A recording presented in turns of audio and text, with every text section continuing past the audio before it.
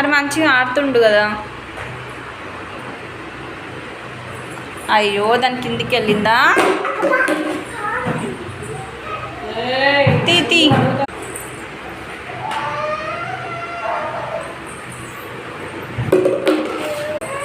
పోయిందా బాల్ కింద పోయిందా.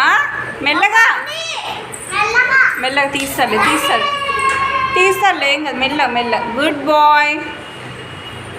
బాయ్ తీస్తారు. అలవాటు అయిపోయింది బన్నీకి. వేసుకొని ఆడుకో.